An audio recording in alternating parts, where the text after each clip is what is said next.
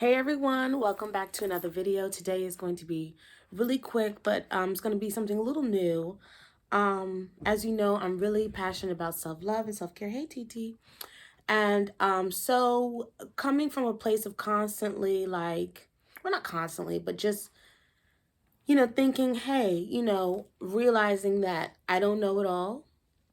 There was a time when in my 20s, I was like, didn't even think to say to myself, you don't know everything. Maybe you should do something a little different.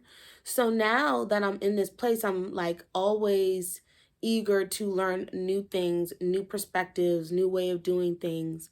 And then like incorporating them into the things that I've kind of perfected. And so I was like, what better way than to work through a self-love or a self-care workbook? But I was really excited because I found this little gem.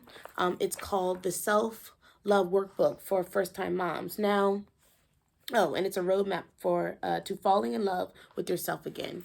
And so I was like, it would be really interesting to know because my children are now 9 and 5, if I missed something along the way, especially with my first child all those years ago. And it just feels like such a blink, but I don't have a lot of memories of being um, like a super um, confident and like a super confident mom in myself. Like, I didn't have a sense of self in a way. I had a lot of things going on, but I didn't even know that like I should be the focus. So I really was just on survival mode, just like go throughout my day. And I'm like, those years were just such a blur because I was like, I don't even know what I was thinking and doing. By the time my second one came around, I was a little bit more like, oh, I'm gonna try this entrepreneur thing, blah blah blah. But again, it was so I wanted to, again, work through this to see, like, what could there might be something I'm missing. So really quickly, when I went through the introduction, and I'm not going to, like, spoil too much about it, but I went through the introduction in chapter 1, and I really found some, I love how she worded that there's no rush and no right way to approach the task of developing self-love. And so she goes on to say, some of the pages and exercises, are things that you can kind of work through at your own pace and in your own way. But it takes time and it takes effort. And so, it's not a competition.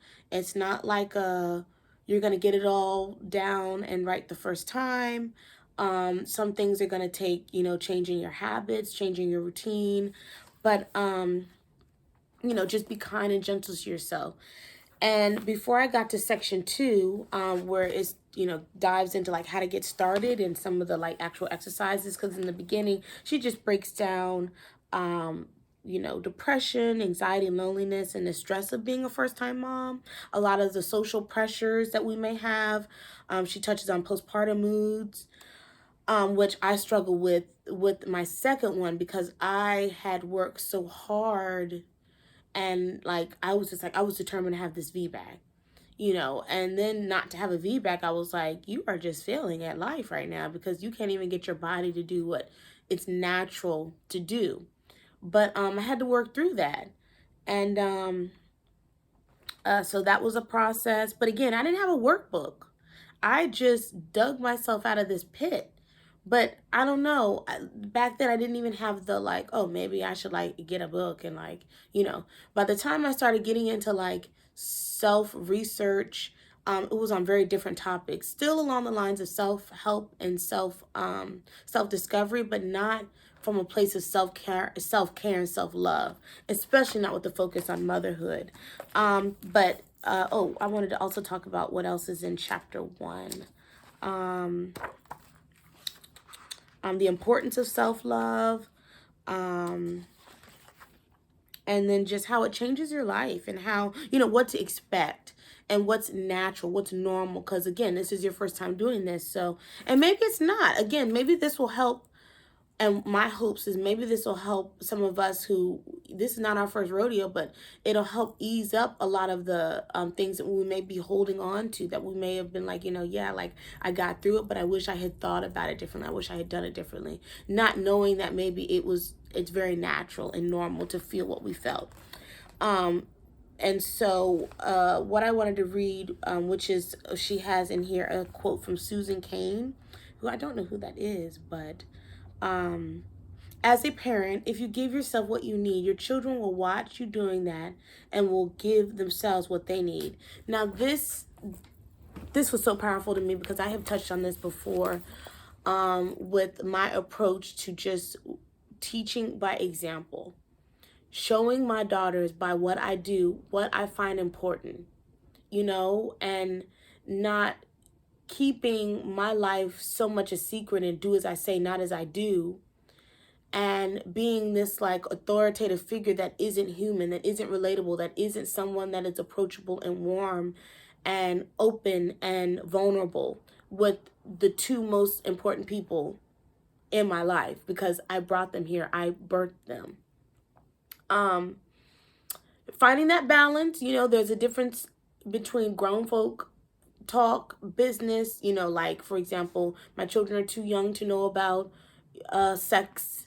My children are too young to know about, certain things, but at the same time, how I move and seeing what I choose to expose them to and voicing my opinions and feelings about certain things, I think that helps them form their own opinions about how we live. Now, if they choose to do something different in their own life, okay, be my guest, but you're not under my roof anymore. But you'll know how I chose to live. You'll know what was important to me. You'll know that that is not in alignment with how I raised you. So my conscience can be clear, because I didn't hide this thing from you. I didn't shelter this thing from you in a sense where now you don't know my thoughts, my feelings around certain things. Like, I want you to know and see how I lived. Not, finger wagging, don't do this, don't do that, it's not good, I'm your mother, I told you so. But because you never saw me partake in certain things, this is how you watched me live. This is how you saw me relate to people and men and relationships and anger and patience and money and indulging myself and spoiling myself and spoiling you all and all the different things, in life. This is how I related to health and food and alcohol. And, this is my thoughts on smoking and hookah and weed and all these different variables that they're going to come in contact with. They're going to see, this is how we kept our home. This is what's ghetto behavior. And this is what I don't think is ghetto behavior. This is what's, what's I feel like is societal push. This is a societal view of Black culture and what's cool and trendy. And this is what is classic. And this is what is timeless. And this is what is going to set you up as being viewed as a Black woman of some type of status and upbringing in this North America thing that we got going on. Like, because it's very different. It's very different from other parts of the world. It's very, very different from what's going on in England and blah, blah, blah, blah, blah. So I want you to understand and see, like, what is on TV and what mommy did while you grew up and what you watched me do. That is the reality. And so that I was really glad to see that, because I truly believe that to a core. So to see it kind of reiterated in a first off, right off the bat, was kind of like, okay, all right,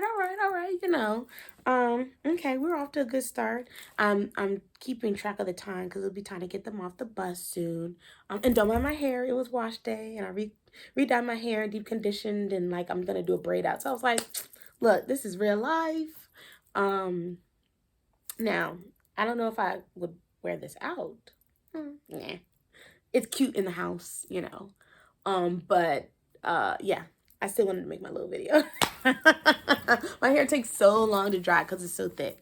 But like I said, I still wanted to touch on that. So I'm looking forward to bringing you little tidbits. Again, not to spoil the book, but to encourage you maybe to check it out or find some type of book to work through, because we're never above you know, again, learning a new perspective and seeing what else is out there, what we might be missing along this journey.